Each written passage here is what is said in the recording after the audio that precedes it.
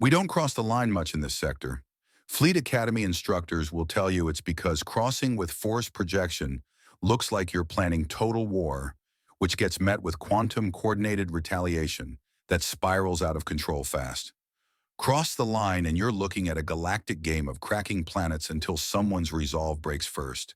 But they're not quite right about why we stay put. Sure, a full battle group crossing deep into Vectari space would look like invasion prep. But those of us who've served the line know there are really three boundaries out here. There's the official border between human space and the Vectari Empire. Then about 15 light years in, there's what we call the engagement line. Cross that one and it's no longer a border skirmish, it's total war. Worlds start getting glassed. Same thing on our side. The Vectari won't tolerate 15 light years within their space. They'll fight like hell if we take a system. But if we can hold it, lines adjust accordingly. Now, back when the Terran colonial war was winding down and humanity was still figuring out this whole space warfare business, we did cross a lot. There would be big fights, messy affairs where nobody really knew what they were doing. The Vectari had decent ships then. Nothing revolutionary, mind you. Standard plasma batteries, nuclear-tipped missiles, kinetic penetrators. Same weapons we'd been seeing for decades across the galaxy. Humans were using pretty much identical gear at that point, except worse because we were still learning how to build the damn things properly. But that was before anyone understood what the Vectari really were. Before we learned about their quantum coordination networks. I was Captain Marcus Thorne then, commanding the 47th Deep Strike Fleet when the Vectari Empire's first armada appeared at our outer colonies. 300 warships against Earth's scattered defensive forces. Let me tell you something about the Vectari. They'd spent 2 centuries conquering 17 different species through one critical advantage: quantum-locked fleet coordination that allowed perfect tactical synchronization across impossible distances. Their formations were unbreakable because every ship moved as part of a single organism. Admiral Hayes at Colonial Command gave us the mission brief in person: 60 ships against 300. Our job? Delay the Vectari advance toward Earth's core systems while the home fleet mobilized. Hayes didn't sugarcoat it. The 47th Fleet was buying time with lives, nothing more. We all knew we were looking at complete annihilation. But here's the thing about impossible missions. Sometimes they're the only ones worth taking. My closest friend, Chief Engineer David Kane, was aboard the research vessel Prometheus when the call came through. Kane had spent months analyzing captured Vectari technology from previous skirmishes, trying to find any exploitable weakness in their quantum coordination systems. The man was brilliant, absolutely brilliant, but he'd been hitting walls for months. Every piece of Vectari tech we'd recovered was like looking at fragments of a machine too advanced to understand. Kane and I went through the Naval Academy together, served our first tours on the same cruiser. He'd saved my life during the Proxima incident when our reactor went critical, and I'd pulled him out of a burning engine room during the Battle of Wolf 359. We understood each other the way only old friends can. I'd buy time with whatever was left of my fleet, and he'd use that time to find something, anything, that could turn our desperation into victory. The first time we saw Vectari quantum coordination in action, it was like watching a dance choreographed by gods. We'd intercepted a Vectari patrol squadron, just 8 ships, engaged with a Colonial Defense Force battle group near Kepler Station. The CDF had them outnumbered 3-1. Good positioning, everything going their way. Then the Vectari ships started moving. I've never seen anything like it. 8 ships moving as one entity, perfect synchronization across thousands of kilometers. When one ship banked left, the others adjusted their positions instantly to maintain optimal firing solutions. When the lead ship accelerated, the entire formation flowed around gravitational fields like they were sharing the same brain. The CDF ships couldn't adapt fast enough. Perfect crossfire patterns, coordinated missile salvos, overlapping shield coverage. It was tactical perfection made manifest. 12 Colonial Defense Force ships destroyed in 17 minutes. 8 Vectari ships without a scratch on their hulls. That's when we understood what we were really facing. This wasn't just superior technology or better training. The Vectari had fundamentally changed the nature of space warfare itself. Individual ship tactics meant nothing when your enemy could coordinate hundreds of vessels with quantum precision. Kane was watching the sensor recordings with me when the tactical assessment came through. "Marcus," he said, and I could hear the exhaustion in his voice. "Their quantum network has to have limits. Nothing that complex can be perfect." He was right, of course, but finding those limits would take time we didn't have, and blood we couldn't afford to spill. The 47th Fleet had orders to deploy within 18 hours, straight into the path of the First Armada's advance. 60 ships against the most perfectly coordinated naval force in known space. Some Academy instructors say courage is about not being afraid. They're wrong. Courage is being terrified and doing your job anyway. Every captain in the 47th Fleet knew we were flying into a meat grinder, but we also knew that Earth's survival depended on buying the home fleet enough time to mobilize. Kane transmitted his final research packet as we prepared to jump. Months of analysis, theories about quantum entanglement limitations, possible interference patterns, everything he'd learned about Vectari coordination technology. "Find me their weakness," he said over the comm. "I'll find you a way to exploit it." The 47th Deep Strike Fleet jumped toward Kepler Station at 0800 hours, ship time. 60 vessels carrying 18,000 souls into certain death. But sometimes that's what the line demands of you. Everything you have, for the chance that someone else might find a way to win. The first engagement at Kepler Station taught us everything we needed to know about dying efficiently. The Vectari First Armada had arrived 6 hours ahead of schedule, which should have been our first warning that their intelligence network was better than ours. We jumped in expecting to find their advanced scouts. Instead, we found 80 ships in perfect formation, waiting for us like we'd sent them an invitation. I was on the bridge of the Defiant when our sensors painted the Vectari formation. My tactical officer, Commander Sarah Mitchell, went pale as the numbers came through. "Captain, I'm reading quantum-locked coordination signatures across their entire formation. They're operating as a single tactical unit." "Understood, Commander. All ships implement attack pattern Delta 7.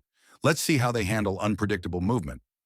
What followed was 17 minutes of tactical education that cost us 12 ships and 400 lives. The Vectari ships moved like a school of fish, each vessel's position calculated to maintain optimal firing solutions while providing mutual shield support. When my lead destroyers tried to break their formation with high-speed attack runs, the enemy ships flowed around the assault like water, maintaining perfect crossfire patterns that turned our attack corridors into kill zones. Lieutenant Commander Sam Torres, commanding the destroyer Havoc, managed to penetrate their perimeter through sheer audacity and excellent piloting. For about 30 seconds, it looked like individual initiative might overcome their coordination advantage.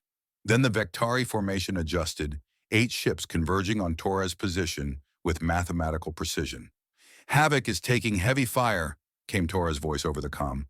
"Shields failing, multiple hull breaches. They're coordinating their fire patterns to maximize internal damage."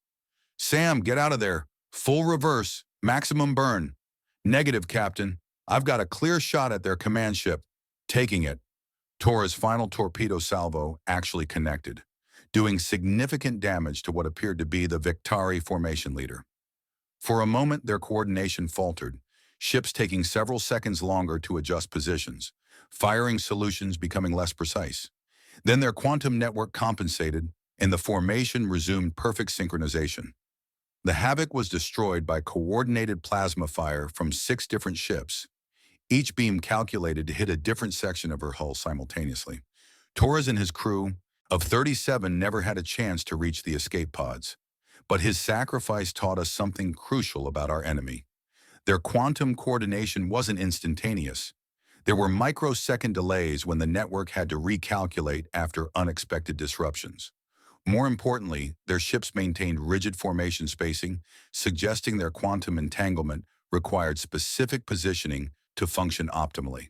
"All ships implement broken arrow tactics," I ordered. "Random movement patterns, no predictable course changes. Force them to constantly recalibrate." Broken arrow was something we developed during the colonial wars. Deliberately chaotic maneuvers designed to prevent enemy targeting computers from calculating intercept courses. Against conventional forces, it was moderately effective. Against the Vectari quantum network, it became our lifeline. The moment our ships started moving unpredictably, the Vectari formation slowed its advance. Their perfect coordination required constant recalibration as their targeting systems tried to track 60 ships moving in seemingly random patterns. We couldn't hurt them much, but we could force them to work for every kilometer of advance. Meanwhile, Kane was analyzing the sensor data from Torres' attack run. "Marcus," he transmitted from the Prometheus, "their quantum coordination showed definite lag when their command ship took damage. The network has redundancy, but there's a centralized processing element somewhere in their formation.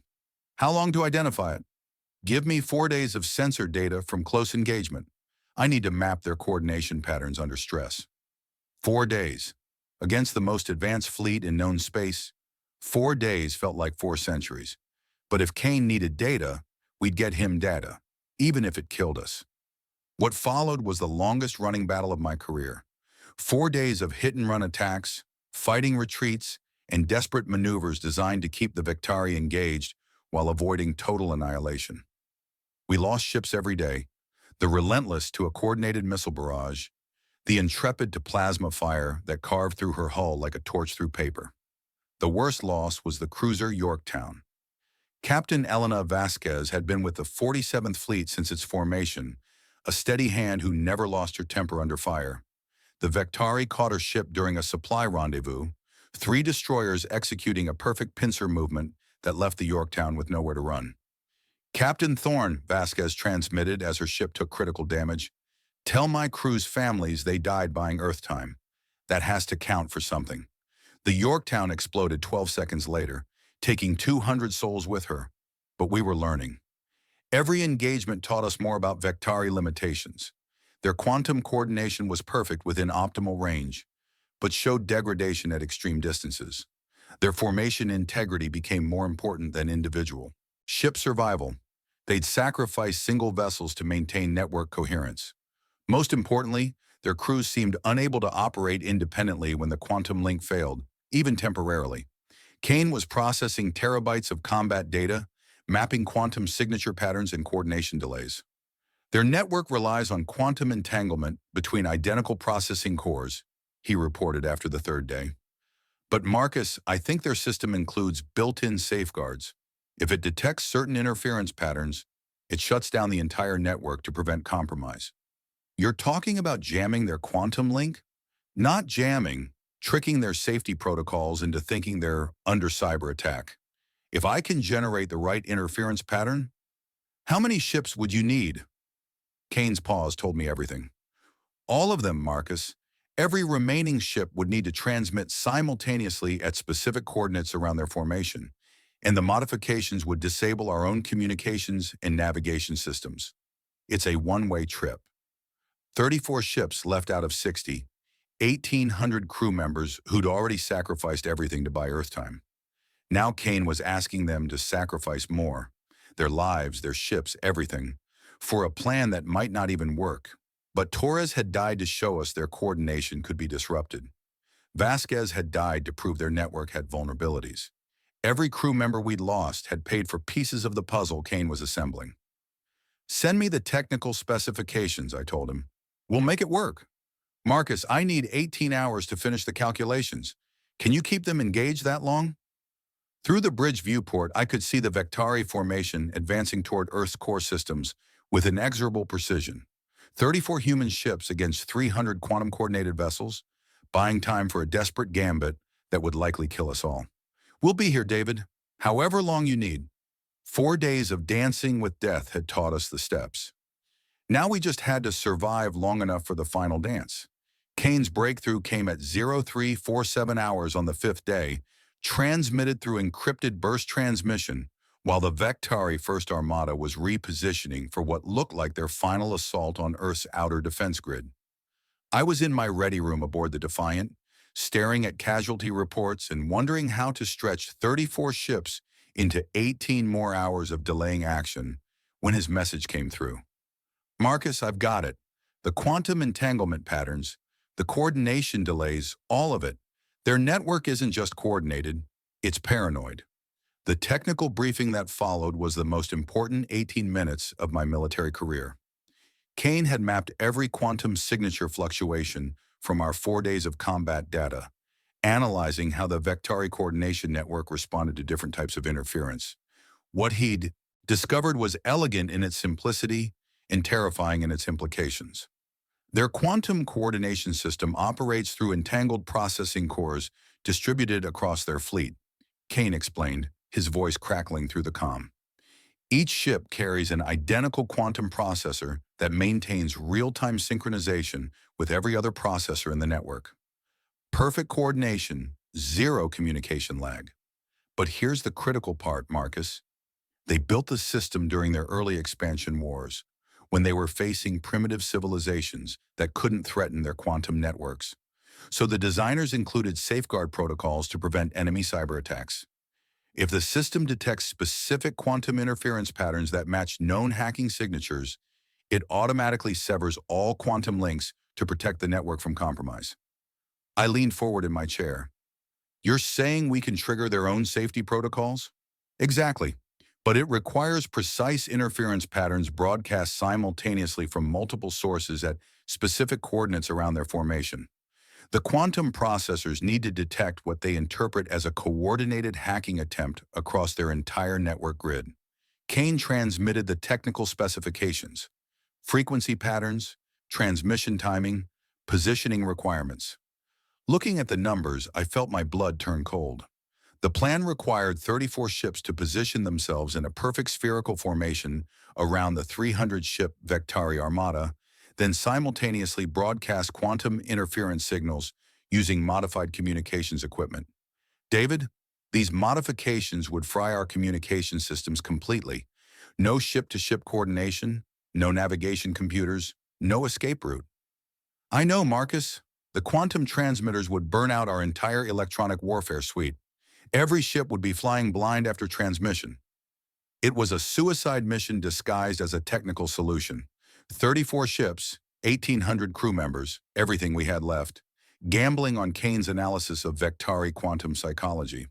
If he was wrong about their safety protocols, we'd die having accomplished nothing. If he was right, we'd die having given Earth a chance. How long do you need to prepare the modifications? 18 hours to finalize the technical specifications and coordinate with your engineering teams. Each ship will need to jury-rig quantum transmitters from their communications arrays. It's delicate work, Marcus.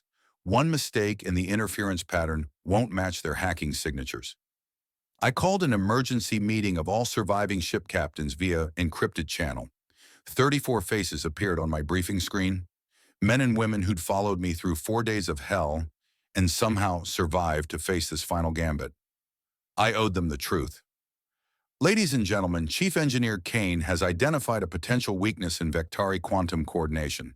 Exploiting it requires modifications to our communication systems that will leave us unable to retreat or coordinate once we begin transmission. This is a one-way mission with no guarantee of success. Captain Rodriguez of the destroyer. Relentless 2 spoke first. Sir, what are our odds if we continue conventional delaying tactics? 0, Captain. The Vectari will reach Earth's core systems within 36 hours. Our conventional weapons can't penetrate their coordinated defenses. And with Kane's plan?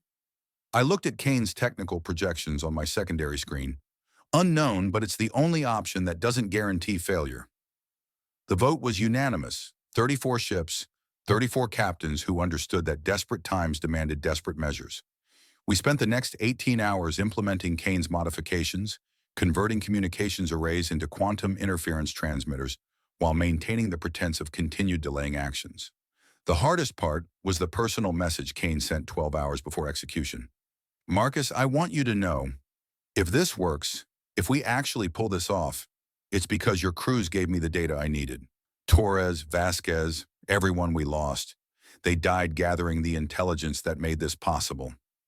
And if it doesn't work, then we die knowing we tried everything. That has to count for something. As the modification work neared completion, I implemented what appeared to be final defensive positioning around a Class M planet in the Kepler system. To Vectari sensors, it would look like humanity's last stand.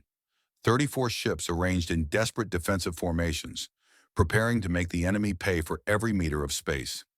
In reality, We were positioning ourselves in a perfect sphere around the coordinates where Kane's analysis predicted the Vectari formation would be when they began their final assault. Each ship carried precise positioning data, specific transmission frequencies, exact timing requirements. The margin for error was measured in microseconds. All ships, this is Captain Thorne. Begin final positioning. Remember, once we start transmission, there's no communication between ships. Every captain maintains their coordinate position until transmission completion or ship destruction. Questions? Silence across the comm channels. 34 ships moving into position for humanity's most desperate gamble. Kane, are you ready? Quantum interference patterns confirmed. Transmission timing synchronized. Marcus, it's been an honor serving with you. Likewise, David. See you on the other side. The Vectari First Armada began their final approach at 1330 hours.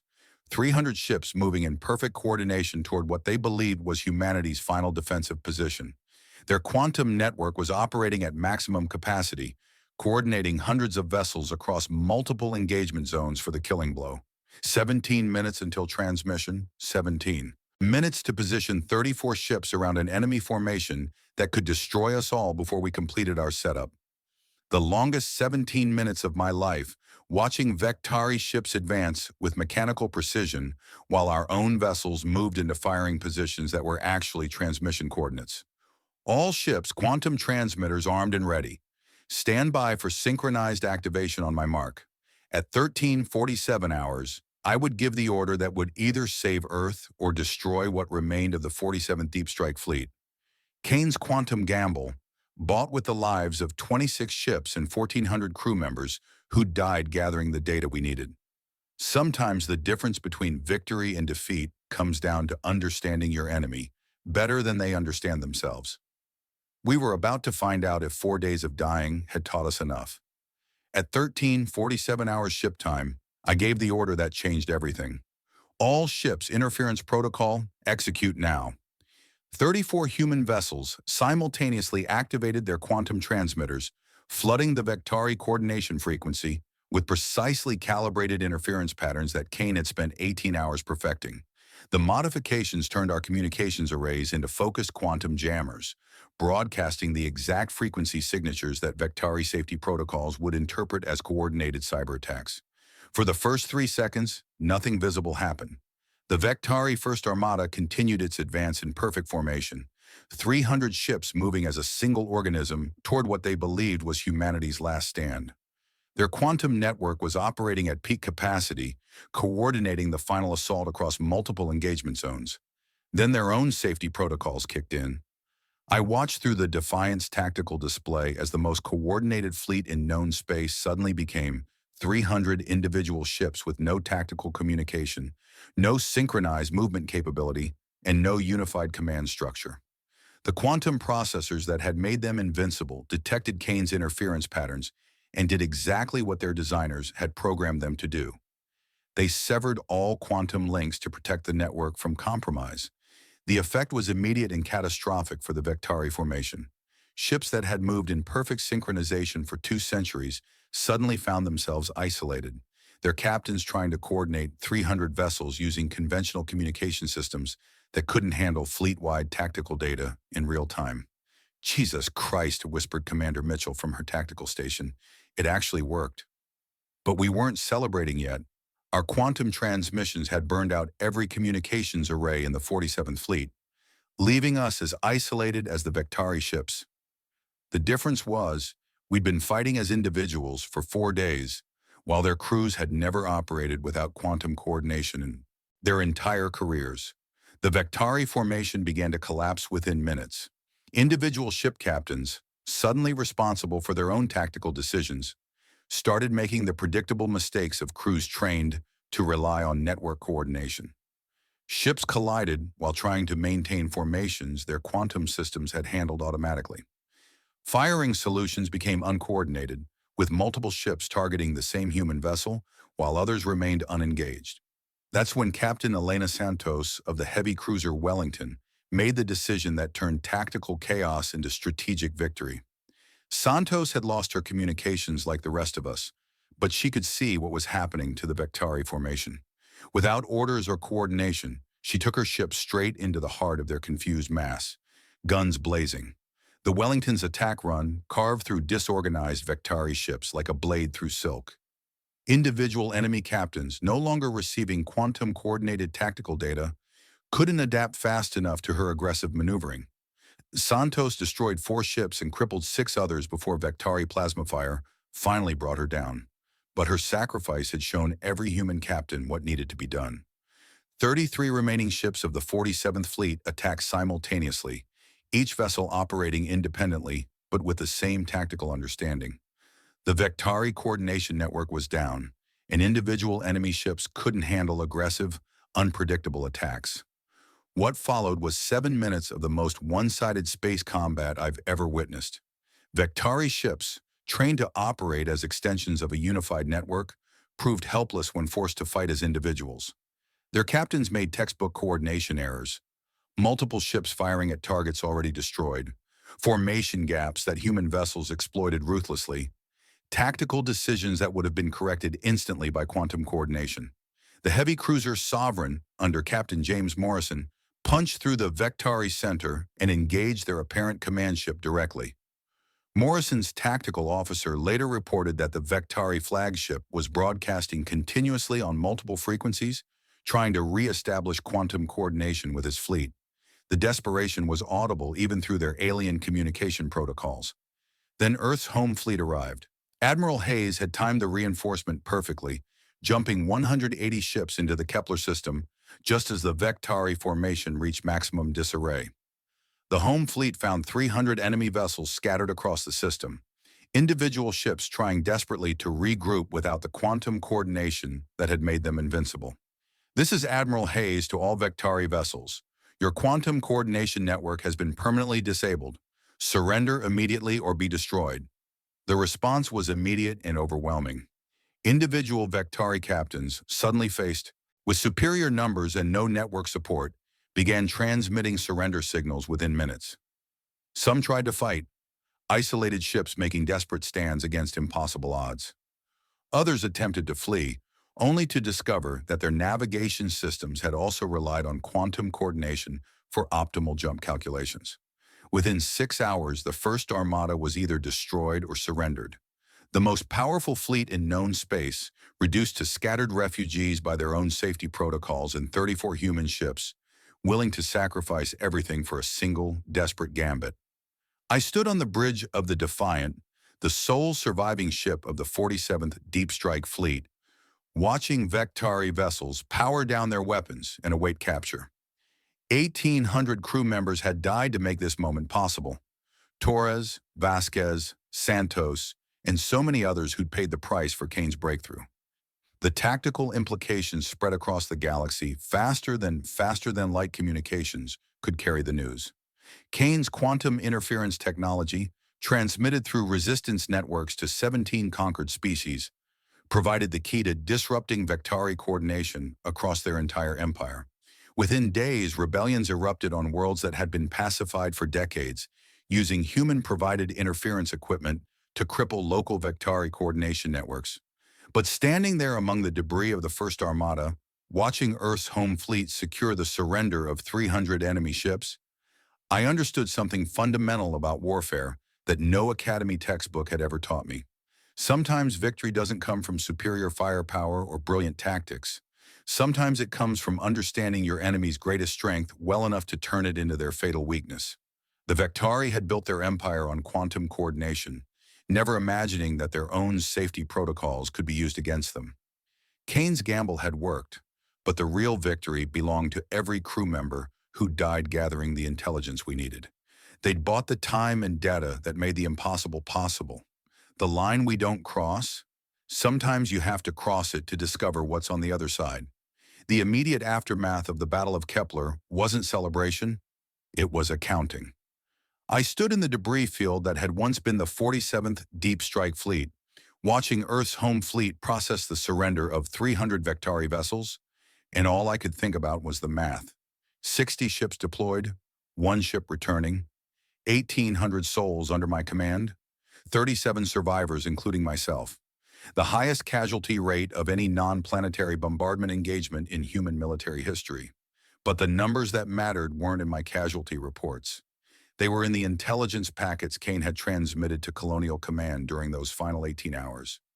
Complete technical specifications for quantum interference. Generation, detailed analysis of Vectari coordination vulnerabilities, and most crucially, the exact frequency patterns needed to trigger their safety protocols.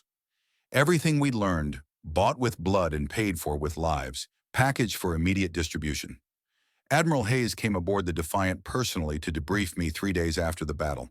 He found me in my ready room, still processing after-action reports and writing letters to families who'd lost everything so Earth could survive. Captain Thorne, I need you to understand what you and your people accomplished here. The intelligence your fleet gathered has been transmitted to resistance networks across 17 different systems. Every species the Vectari conquered is learning how to build quantum interference transmitters. I looked up from Lieutenant Torres' final fitness report, something I'd been trying to finish for hours. Sir, with respect, what good does that do them? They still need ships to carry the transmitters, crews willing to sacrifice themselves for the transmission.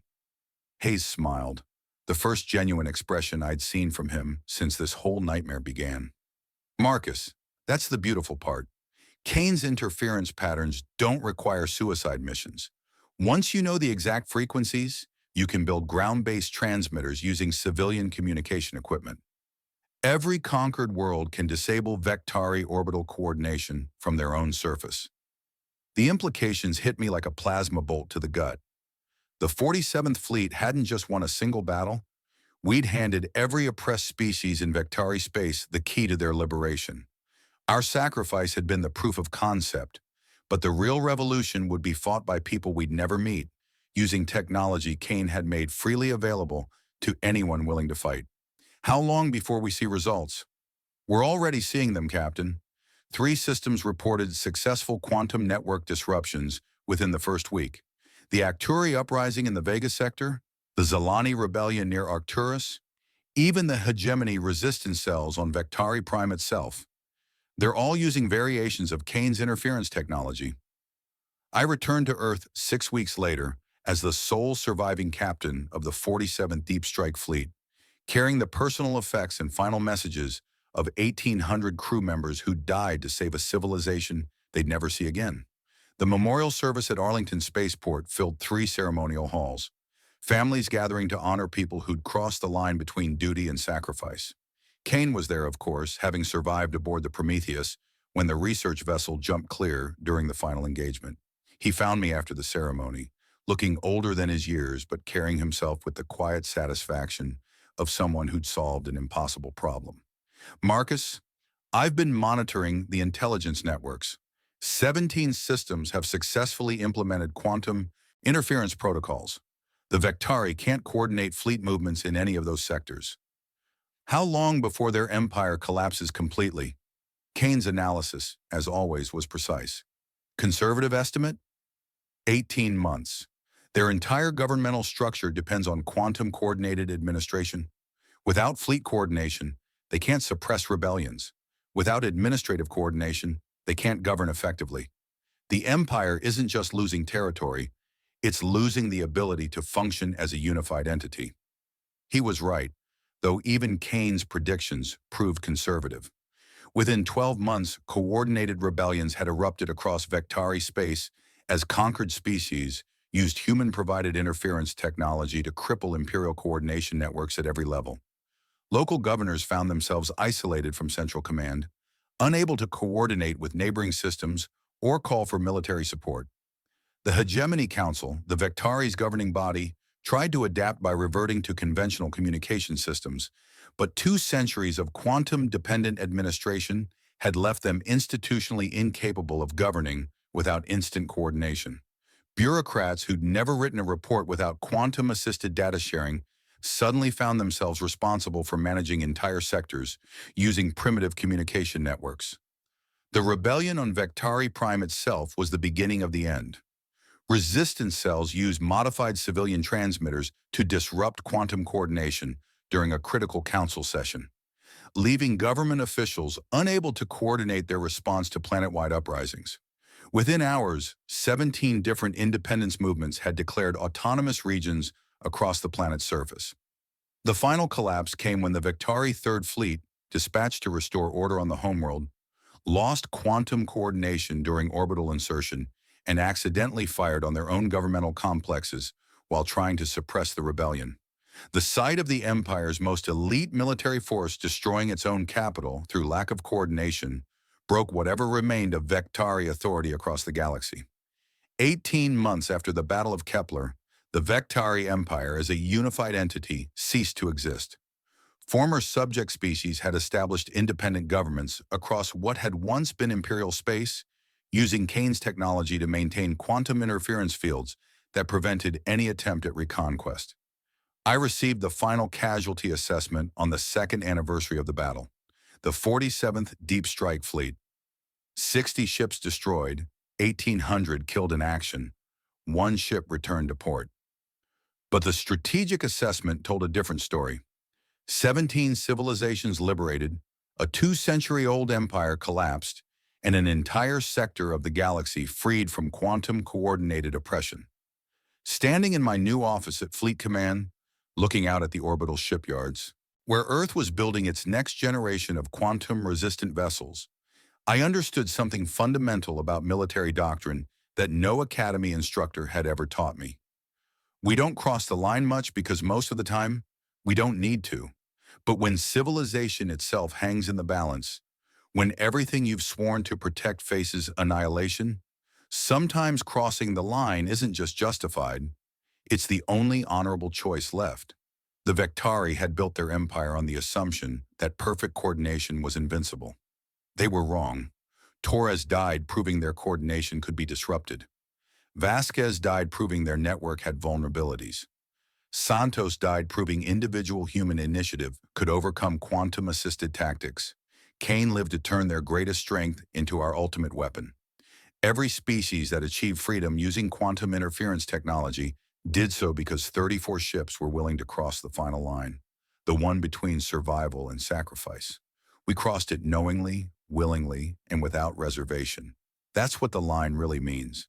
It's not about borders or territories or political boundaries. It's about the moment when good people choose to risk everything for something greater than themselves. Sometimes you have to cross that line to remember what's worth defending on the other side. If this story of sacrifice and quantum warfare gave you chills, hit that subscribe button right now. Now we want to hear from you. If you commanded a fleet facing impossible odds like Captain Thorne, what desperate gambit would you use to turn your enemy's greatest strength into their fatal weakness? Would you sacrifice everything for a single coordinated strike, or find another way to collapse an empire overnight? Drop your tactical genius in the comments below. We read every single one, and your ideas might inspire our next epic tale.